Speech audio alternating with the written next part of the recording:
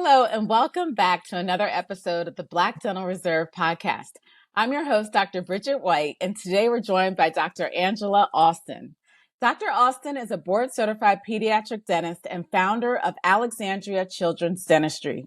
She grew up in Aurora, Illinois, just outside of Chicago, and she graduated from Bethune-Cookman University in Daytona Beach, Florida. After college, Dr. Austin earned her dental degree in 2004 from the University of Pennsylvania School of Dental Medicine. While in dental school, Dr. Austin served as the vice president of the Student National Dental Association, SNDA, and was also the co-editor of the Penn Dental Journal. She also participated in various community service efforts in local Philadelphia schools, which is near and dear to my heart because I am from Philly and I went to public school. So we need that mentorship. Definitely. But Dr. Austin was selected to be a National Health Service Corps scholar, and she later served 2 additional years providing dental care for an underserved community in Newport News, Virginia. Following dental school, Dr. Austin completed an additional 2 years of training at Children's National Medical Center in Washington, D.C. to become a pediatric dental specialist. Dr. Austin has a great deal of experience in craniofacial anomalies, comprehensive treatment of patients with special needs, such as autism and cerebral palsy, interceptive orthodontics, trauma management, sedation dentistry, and dentistry under general anesthesia. As a chief resident, Dr. Austin completed an externship in Honduras to provide dental care in an orphanage, and this experience even motivated her to become a long-term godparent for a child in the orphanage. Dr. Austin proudly serves as a diplomat of the American Board of Pediatric Dentistry, and she recently opened her 3rd practice here in Alexandria, Virginia. It's called the Little Dental Studio, and it treats young children 5 and under, as well as those with high dental anxiety. She incorporates innovative techniques like mindfulness and yoga to alleviate dental anxiety. There's really something special about being a mother and practicing dentistry. Dr. Austin treats every single child who comes through her practice as if each were her own. She's married and the mother of 3 beautiful children. Her faith is extremely important to her, and she is a member of the Alpha Kappa Alpha sorority. You can follow Dr. Austin on her Instagram pages at Alexandria Children's Dentistry and at Little Dental Studio. Welcome to the show, Dr. Austin. Thank you for having me. You're welcome.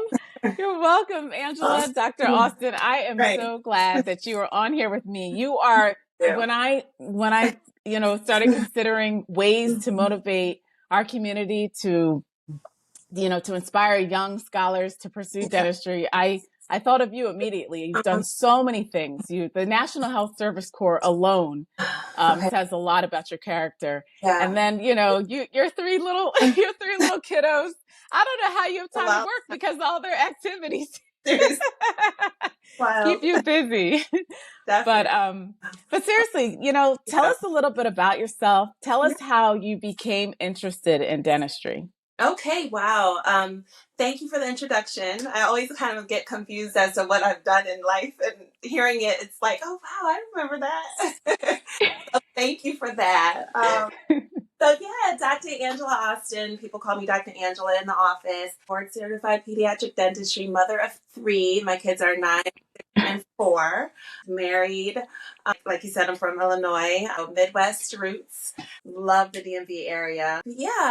Just owner of 3 offices, and look, no man, but seriously, it's been a while. I'm having 3 offices, 3 kids, but it's been a blessing. Mm-hmm. Yeah, you make it look easy. It's crazy. It's not. And I don't want to make people think that it's just like completely easy, but it is a blessing. And when you love what you do, it's definitely a little different. Was it a childhood dream or something you considered in college? Wow. No, actually, I was definitely one of those people who didn't know what they wanted to do. And I think that's nice because it really resonates with a lot of people. A lot of times you get, the person who knows exactly what they want. And, I have kids who come in my doors every day and I'll say little things like, what do you want to be when you grow up? Do you want to be a dentist? And some of them will look at me with like those deer caught in the headlights, like, I don't know. I'm 5, I'm 7. I took it out for. I was definitely that kind of kid, you know? So, Mhm. I kind of figured out later in life, not until I got into college, and actually not until I got, like the summer before my junior year is when I really kind of learned about dentistry and careers in dentistry. Growing up, nobody I knew was in the health field. I did some, but my parents knew enough to put me into some programs with the Urban League. Okay. um, those STEM programs even back then. And so that kind of opened my eyes to science, technicians, engineering, and mathematics. I remember that. So they kind of exposed us to that. And then when I got into college, I knew I wanted to do something that was going to help people. So I'm like, medical field, teacher. I didn't really know exactly until my rising into my junior year. And one of my brother's friends actually said he was applying to dental school. And I was like, dental school? Like, wow, that's so interesting. And I started looking to it then. I was doing different programs, research programs. So I worked all through college. We didn't have it like that. So I worked I worked every day. Yep. Right. I worked at the science lab doing research. And so I was Okay. doing a lot of research. I knew I didn't want to do that, but it paid my bills. And then summer programs to kind of learn a little bit more about different aspects. Did a veterinary medicine program, kind of weeded that out because I was like, this isn't for me. Like I did some summer research programs that weeded it out, and like it wasn't for me. So it wasn't until rising into my junior year where I started thinking about dentistry, and it just clicked. It was just like, Wow. that's it. Yeah. Yeah. Yeah. That's great. So Yeah. it sounds like all of those programs served a purpose. I tell parents all the time, Yeah. put your kids in STEM. They may decide to go into some writing, but it's fine. It helps you think. Yeah. And all those experiences help you in school, Yeah. and relationship building. Yeah. Exactly. You said that your brother had a friend that Uh-huh. applied to dental school. Yeah. Was he sort of a mentor for you, or who were your Yeah. mentors growing up? That, that's interesting saying that because he actually didn't even go to dental school. So I'm just like, we laugh about it now. I think he applied. I don't know if he got in. I don't even know, but I just took it to the extreme. But yeah, he did. So he's definitely not a mentor. He's awesome, but no, he's not. And the one thing that I will say, looking back over my life, I can't imagine where my life would be if I did have specific mentors because I am naturally a little bit shy. So my parents, incredible, like amazing cheerleaders. So I'm super grateful for them and the love that they had and the knowledge that they knew y'all have to go to college. We're going to figure it out, that kind of thing. But actually, and I had, some mentors like in church and, things like that. But I don't like an active mentor in the medical field or dental field. I've never Mm. had. Yeah. And so it kind of allowed me, to kind of seek out and making sure that I'm available to others who are kind of like me, who are a little bit like, how do you ask, how do you ask somebody to mentor you and being open, for people Mhm. like me who are a little bit more introverted and a little bit more shy and being available for them. I think that's super important. It's so different now because you can always shoot a DM now. Like, oh, I like her. I want to be a dentist like her. Shoot her a DM. Before it's like, knock on the door, like, or pick up the phone, Yeah. So it's so different now, but it definitely, by me not having specific mentors, and me not chasing that, I think it changed my perspective for the next generation and being able to be open for others who may be seeking it or who may not even know how to ask. Yeah. I agree. I think that a lot of people think I'm extroverted, but I'm actually very Yeah. introverted. Oh, But my parents were just like yours. They pushed yeah. me along Yes. and they Yeah. believed in me. So they Yeah. said it doesn't even, we're not worried about what you want to do. You Right. can do this and you Yes. can do that. Yeah. And then I Oh, think that the mentors, sometimes and people just are providing guidance along the way, and they may yeah. not be labeled as mentors, but then in the end, you realize You they look back. were, yeah, Yeah. you look back and they really Oh, were I the love that mentors. perspective actually, because I guess I kind of put a formality around the whole mentorship role, but I always talk about people like my instructor in dental school who was so hard, Dr. Kim, and I was just like, why are we here until 10 p.m.? All of my friends are gone. Oh. Oh, it was one of those. It was just like, Yes. and he would do it again, do it over. Yeah. What's doing? Like it was one of those things where I'm like, why? And I always talk about that to this day and how it built my character and how it made me who I am today. Same thing with residency. My two attendings were so tough, and I didn't realize it until afterwards. And then we can laugh about it now. So, I Mhm. mean, in terms of a formal mentor, not so much, but definitely instructors, even in college, definitely played a big role. So, Dr. Austin and I were at Penn yes. concurrently, but only for a year. And I just thought your class was so cool. I was like, I want to be in a class of '04. And then y'all graduated. but Uh-huh. but we were both blessed to be there under Yes. under Dr. Raymond Fonseca, who was our Yeah. dean. And Amazing. I know I just wanted to ask you about your Yeah. experience for 4 years under Yeah. his tutelage. What was that Yeah. like? Oh, that's a great point. So when I went to but my interview process was a trip because I literally took we could only afford the train to get up there from Florida, and I had to take the Greyhound back. So they're like, "Oh, let's drop you off at the airport." I'm like, "No, you can take me right on over to the Greyhound." Wow. So it was definitely a humbling moment, but I remember, having all my stuff in my interview, and you probably know James Morrison. He was like, Yeah, "You're Jimmy okay." Morrison. Yes, you're ahead of us.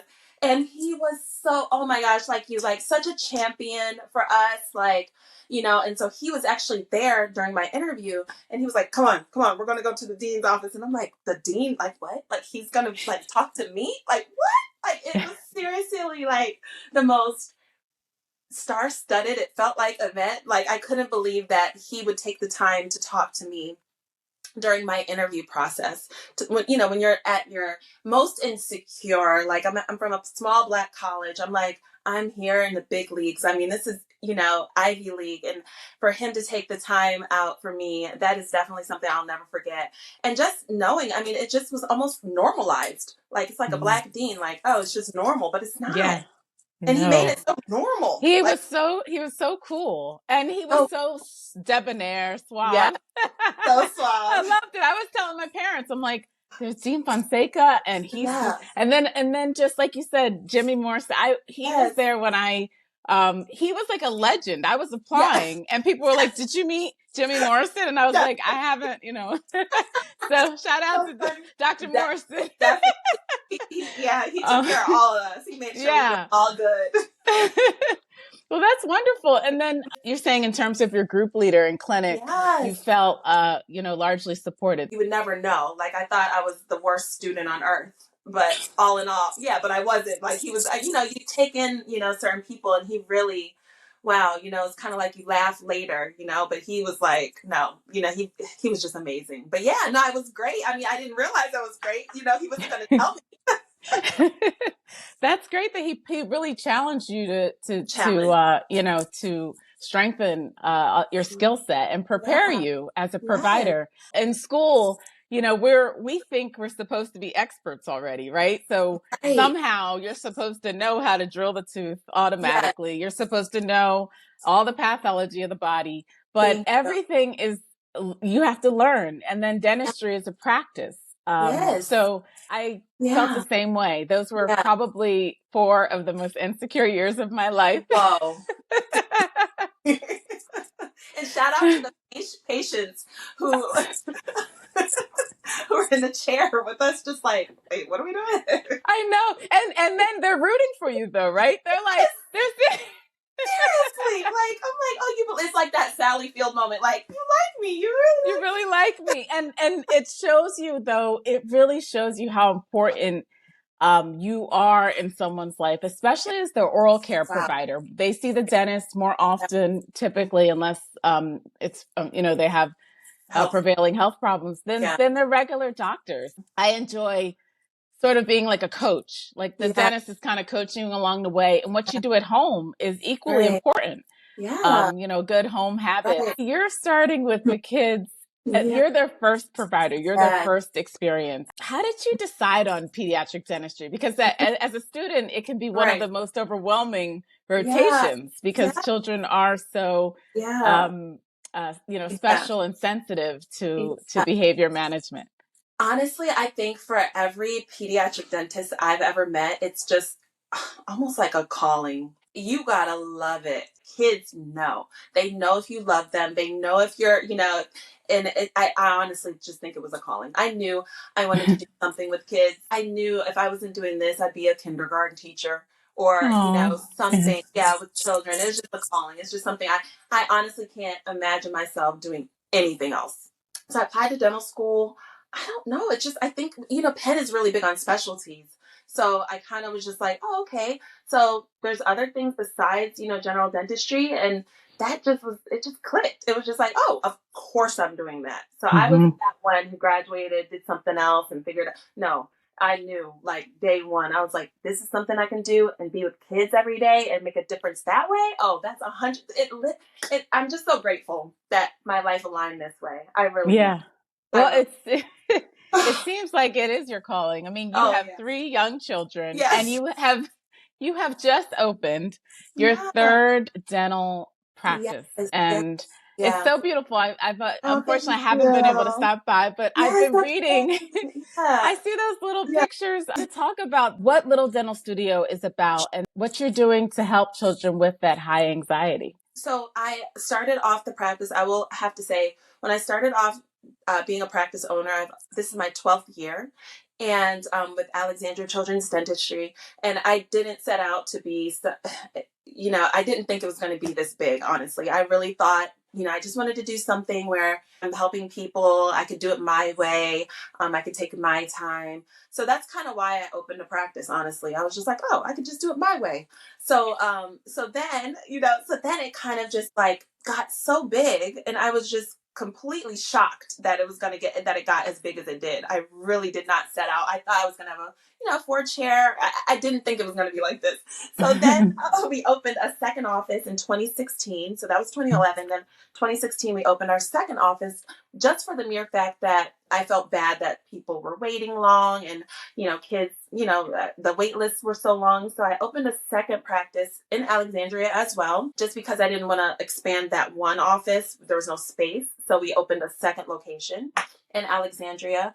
And that went great. So once again, pretty busy practice. And it's been wonderful. And then a year ago, I just kind of was, I've been doing this for a long time. Yeah, I graduated in 2004. You see that?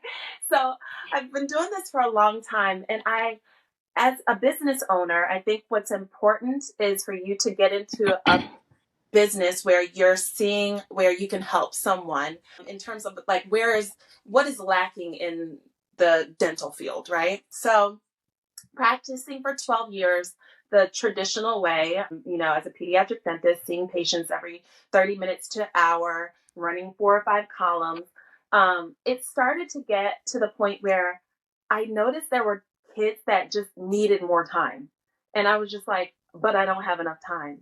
And I didn't want to run over, but I'm the one that's never rushing them and I'm just taking my time. And I was like, you know what? What if I opened an office where we have all the time? We can take our time and it's slower paced. And so it just dawned on me, like, what about starting a kid off exactly the way they need to go when they first come in for their very first dental checkup between 1 and 5?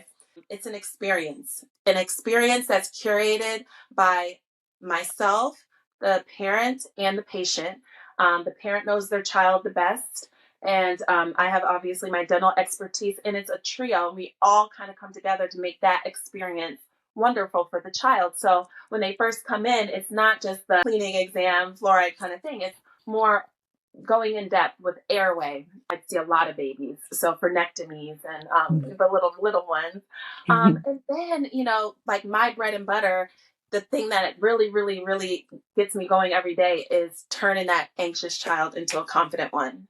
And this practice specifically, I knew I would be able to do that because it's just a slower practice.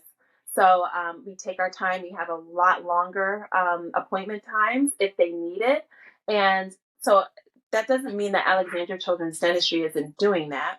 I know that some of the kids who come to Alexandria Children's Dentistry, some of those kids are fine. They've been coming to me for 12 years. They don't need that let me show you how to brush, like that whole Mm-hmm. longer experience. Some of the parents are busy and they're like, we know you, we got this.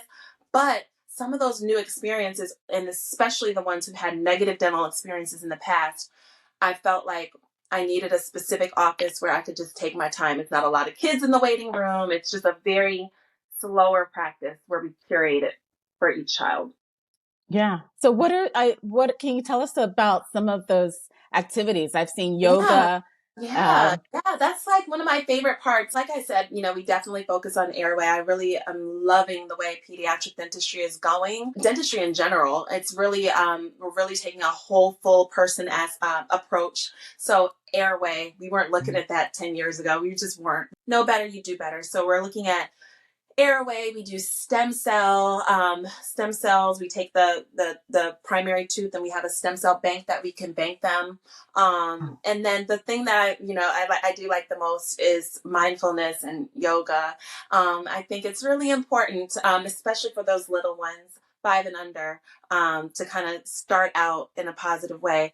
And that can do wonders. So we do that. We offer it, and I actually offer it to the community. So I offer it free. We do free yoga sessions in our office. And so it's not just for the little dental studio, it's for our other office. And we kind of broadcast it to some of the local daycares as Mm-hmm. well. And it's just kind of my service, just to do free yoga sessions for our community. Wow, that's Yeah. excellent. Yeah. Um, That's such a treasure for the community. And I think it's so cool how you looked, in that experience, in those 12 years of practice, that you were yeah. able to see a need Right. for a specific space Yes. where you could design the practice to Yeah. accommodate those children who have that early anxiety. And Yeah. now, especially with all the research that links anxiety to, Oh my God. whether it's traumatic experiences or Yeah. environments, birth order. Yeah. We have children who are learning with technology that has changed Yeah. behavior patterns. Yes. So Yes. that I'm so happy for you that you Oh, found thank that you. niche, in the Thank you. market, Thank you. and that it's a community service that Yeah. that you're actually providing. You Yeah. were a National Health Service Yeah. scholar. I was a National Health Service Corps awardee. Like Oh, I wow. yeah, I worked at Mary Center in DC for 4 years, so I got Oh my some loan God. repayment. But Yes. but I Wonderful. always thought I should have done this earlier in Yeah. school and been a scholar. Yes. How did you learn about that opportunity? Uh-huh. Did Penn talk to you Yeah. about it specifically? So, like I said, tons of love in my family. We were very middle class. So I knew that there was not going to be any help from my parents in terms of money for school, for college. They would send us money, but it was like we had to figure it out. So scholarships, super important. Mm-hmm. And so once I got to dental school, I did get a scholarship, but for the 4 years, but it wasn't. It didn't pay everything, and I think it was an email. I don't know. I was literally an RA, like an RA. I was an Yeah, RA. yeah.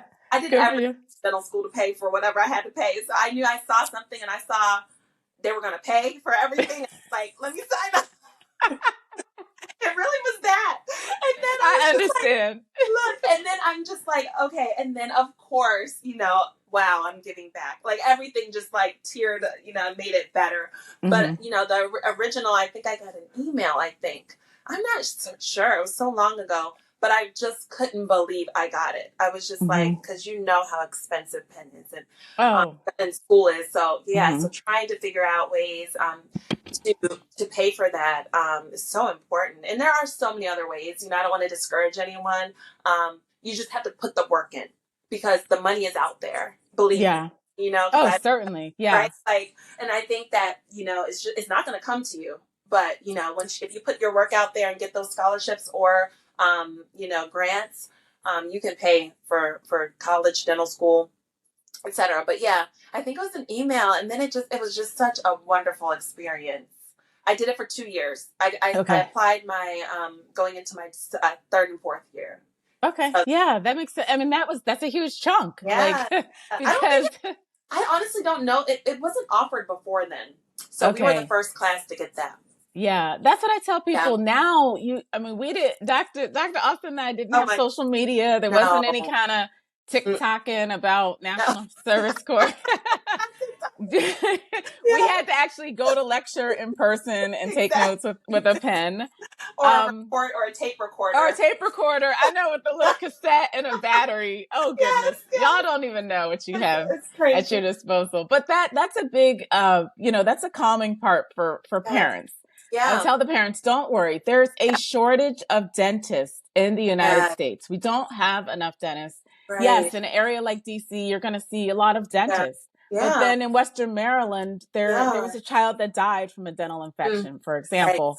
Right. Unfortunately, that was a Right. huge tragedy. Right. So the country, whether it's uniformed services like the Army or Yep. the Navy, Yeah. or National Health Service Corps, which Yes. is not military, Yes. but puts you in a place of shortage. And that shortage may be, for me, it was Washington, D.C. It Right. could be Philadelphia, Yeah. or it could be, somewhere in the Midwest, maybe a Yeah. Indian Yeah. tribal Yeah. reservation. Yeah. So there are a lot of opportunities. The most important thing is that you apply to school and Yes. talk to people. Yes. Talk to people. Yes. Talk to the Yes. students. Pull us Yeah. aside and ask us, how can I go to dental school? Oh my What's God. it about? I mean, my personal experience, I wasn't pre-med. Uh-huh. I Oh, I wow. I Oh wasn't. yeah. I You were. Yes. I was completely Yes. I was a policy major, and Right. I really enjoyed writing. And actually, just like you, to pay for college, I had a whole bunch of jobs. And Yep. one job was at a law firm. And so Yeah. I was like, I guess I should be a lawyer, but I don't really want to be a lawyer. But Uh-huh. I always enjoyed music. And so I got a Yes. job at MTV in the law and business That's department at incredible. MTV. That was like a dream, It was especially a then. great job. But Wow. girl, I didn't make any money. Oh. I think my salary was less than a year of college. So I was like, oh, that, and just like you, my parents were like, That, you're on your own. what you gonna do? Yes. Yeah, what are you going to do with that? Yeah. So September 11th happened, the towers came down, and I had Yeah. my epiphany to help people. And so Wow. I went back to Philly, and having lived in Manhattan, I went Yeah. back to Philly, and I was actually, I was working at Penn Yeah. in development, like fundraising for the greater Mhm. university. And Okay. I literally started looking at all the schools, like, what's this about? What's the Annenberg What? School about? What's the yes. I don't know. I didn't realize this story. Are you Yeah. serious? I tell you, that's why I say, if I can become a dentist, That's anyone can incredible. become a dentist. But Yeah. I credit that Penn Yeah. Dental Library, because I love that. that library, I was doing research on Uh-huh. nutrition, because a part of me, I was a competitive swimmer, and I was Right. always researching nutrition, how to get my Yeah. body type, right? Yes. But, and one of the books was in the dental school library, and I was reading, and that's where I started reading about the shortage of dentists and oral health and how Wow. yeah. And then, you know who I saw? Who? Daniel Richardson. Do you remember? Oh my God. I love. Yeah. He was. I Oh, saw him in the incredible. library. I saw this young black man in scrubs. I said, "Are you a dentist?" Yes. Oh, how can I forget? He was so motivating. He Oh my. was so cool. And he said, and I So said, cool. what do you study to go to dental school? He looked at me like, okay, well, let me tell you, and then it was crazy. I was getting my wisdom teeth out around the same time. And then, Wow. yeah. And so I ended up doing my post-bac. I got Yes. into that post-bac program at Bryn Mawr College, which is Okay. a little, near Philadelphia, for Yeah. those of you who don't know. Yeah. And I did my post-bac in 1 year, applied to school. And then I said, I thought it was meant to be. I was like, oh my God, I got into school. This is meant to Right. be. Definitely. So here I am. I'm in dentistry, but policy has always been near and dear to my heart. Right. Okay. And especially with children's dental health, Yes. it's so important. We need more So pediatric important. providers. Yeah. And the research shows us that Black pediatric dentists you're more than likely to see children that are not being seen. There are millions of children who are not, even having dental exams because of our insurance program. Yeah. So I Wow. think it's Wow. wonderful, the work that you're doing, Yeah. and just your history of service. This is Oh, incredible. and that's been very like important to me. You'll get accountants saying certain things, and you can interview my entire staff and take Medicaid. We're going to take that, and we are going to do free services. Like this is something that like I said, it's a calling. It's my faith is very strong. It's very important to me, and people always over profit. Don't go into dentistry if you're about that. It's all about helping people, and it's so important to be able to rein it in on why you went into the dental field. And if you're going into it for money, the patients are going to see it. The people are going to see it. It's going to be exposed. I feel like, dentistry is so important where you're putting people first, and especially with kids.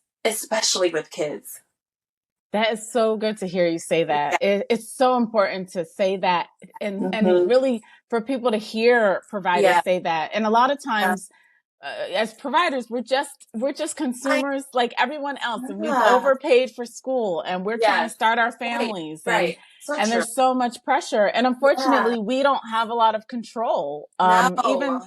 I think there were dentists who went to school in the 80s and they paid $100, $500 Can you for imagine? school, and then they, by the time we got there, it was up 600%, and Insane. It's crazy. I know. yeah. I know. It probably does seem really scary, but I do, for some people. But like you said, get in there. Once you're in there, you'll You'll be be all right. fine. You'll be fine. Exactly. So Exactly. true. And all the, I wanted to ask you, I mean, Yeah. you mentioned it with like, how your accountants may get Yeah. nervous about you providing Yeah. the full range of Yeah. benefits, but Yeah. what is the most challenging part of, in terms of even expanding with this third practice? Right. A lot of people, they hear practice ownership and they get scared, Yeah. or they don't realize how the dental entrepreneur Mm-hmm. structure is Yeah. Yeah. built. Yeah, can you give some insight about the Yeah. challenges of opening a practice? I'm definitely like a just do it and I'll figure it out type of person. So I don't and then I think later, like, wow, I can't believe I did that. So I'm not an overthinker, but I think that sometimes you just kind of have to let it go and just try.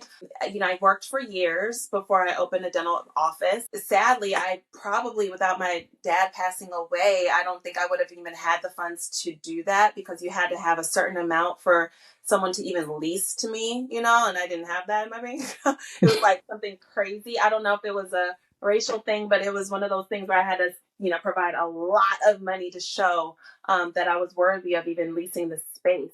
So I was able to do that. So that was helpful. And then, of course, loans. I think if you really, really want it, you're going to find a way. Challenges? Oh, a lot. I've always said, I'm like, can we get a Black dental supply company and Black equipment specialist company? Like, can we run this? Like, it has been, it's like that game you got to play. You're a woman, you're a Black woman. It's just, you get tired of the game. I'm not going to lie. It's just like, okay, no, I do know what I'm doing. It's just third office. I renovated another one. I mean, I've done this a lot. So of course, by the third time, I'm like, you just got into the construction business and building offices. I did this 10 years ago, but you're trying to tell me, so it's one of those things. You kind of have to just assert yourself. So actually challenges in the city that I had to meet, and I had to get a representative, a councilman to help me, to stand up for me. Yeah. And really in 2016, we're really doing that.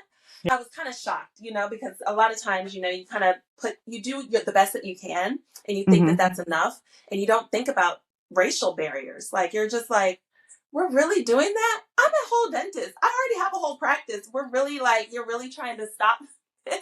Pushing through and just seeing the greater good is probably the best thing. But I definitely had a lot of challenges, opening, especially, probably the third practice. The first practice was really just money.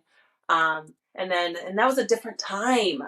2011, such a different time. It was before, it was literally, I remember somebody calling me saying I wasn't in the yellow pages. Make sure you get into the yellow pages. We can't find you. I'm like, Yeah. So I That's see, the thing. oh my gosh, it's so different now. Like, It is. trying to keep up. So, I Yeah. have a marketing coordinator now. We never needed that. I was a dentist. That's all I needed to be. You can hang a sign, kind of post it. I'm a dentist. Somebody has a Exactly. tooth. Yeah. Oh my That's God. So yeah, it's that. different. Oh, it's so different. And as much as I want to be like, I don't want to do that. I'm not doing that TikTok. Like, what do you mean? I kind of have to. I sometimes kind of get stuck in my generation, and I'm just like, but we didn't do that. But then it's like the moms who are coming to us are a whole nother generation and they're Generation. doing that, Yeah. So it's just Yeah. like, you really, and I've had people say they found us on Instagram or TikTok. I'm just like, what? I know it still scares me when people say, I read your Google reviews. I'm like, Oh, I went to school. I have a diploma. Oh, that's a great point. And I just thought about that. That was important in 2011. Oh my gosh, that was important back then. I know, like our big, plaque on the wall. Yeah. Nobody even looks at that anymore.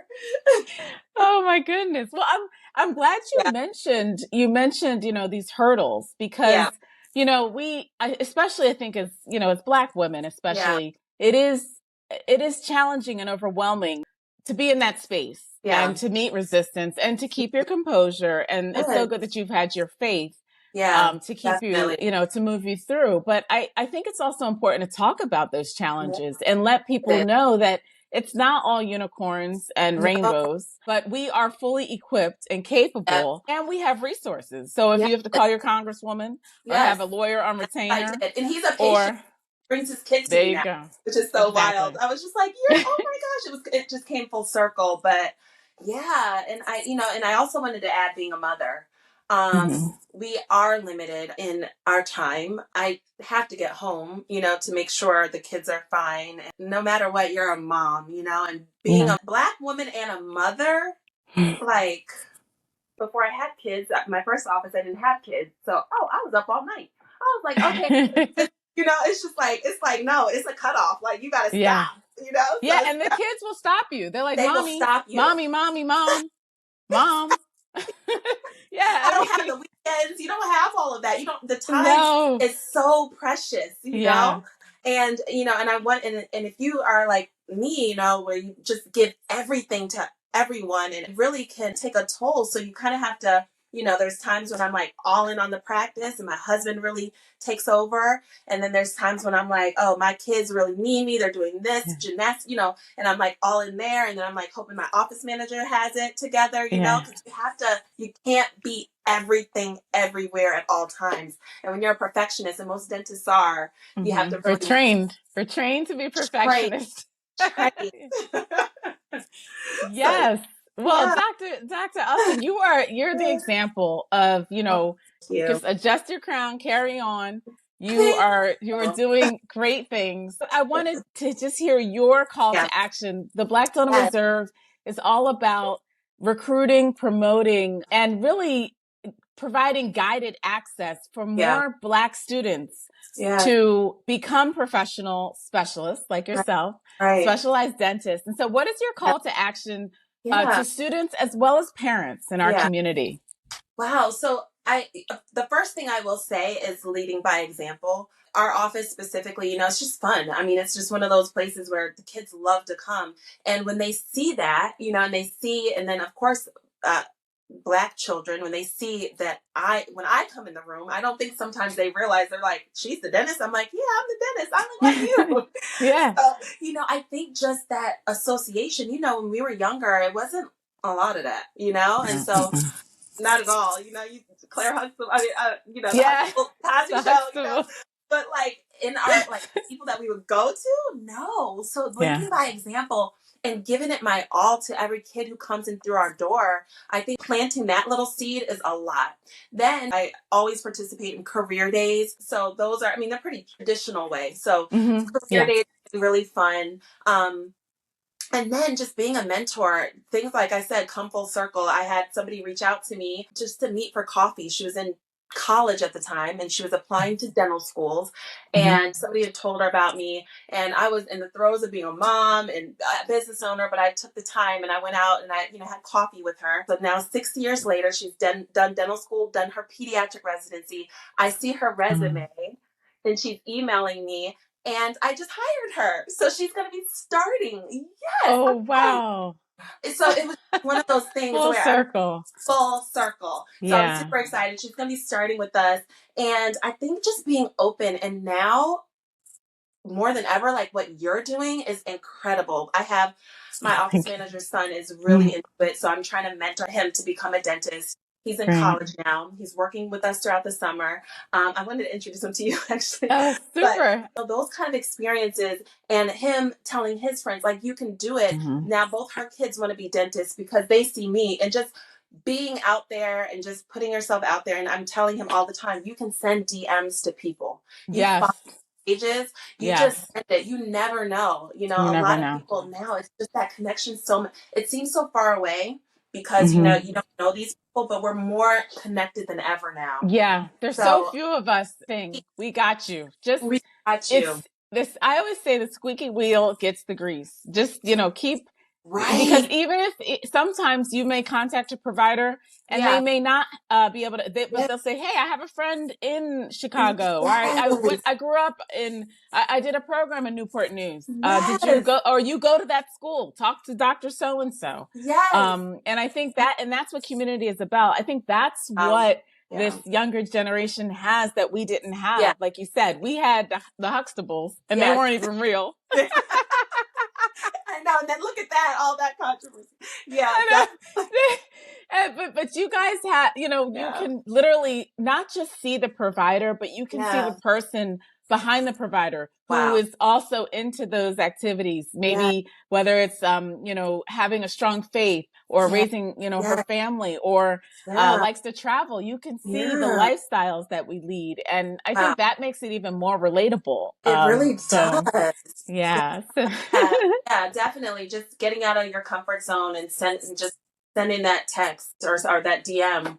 And I mean, letters. I'm big on letters, So, oh, right. Old school. Like a card. I know. Like, if I get a letter, like, from somebody, I'm calling them, like, wow. Exactly. That might tap into our generation. Maybe. And it's funny because we're only Gen X, but there was such a big change because of the internet. So we grew more with the boomers. Honestly. Yeah, we have more in common. We have way more in common. But because we're out here still pretty young providers, we got to be able to flow with your millennials. So. So true. Oh man, well, Dr. Angela Austin, thank you so much for joining me. Thank you the Black so Dental Reserve. Thank you for Friday afternoon. I have to say thank you for this. This is incredible.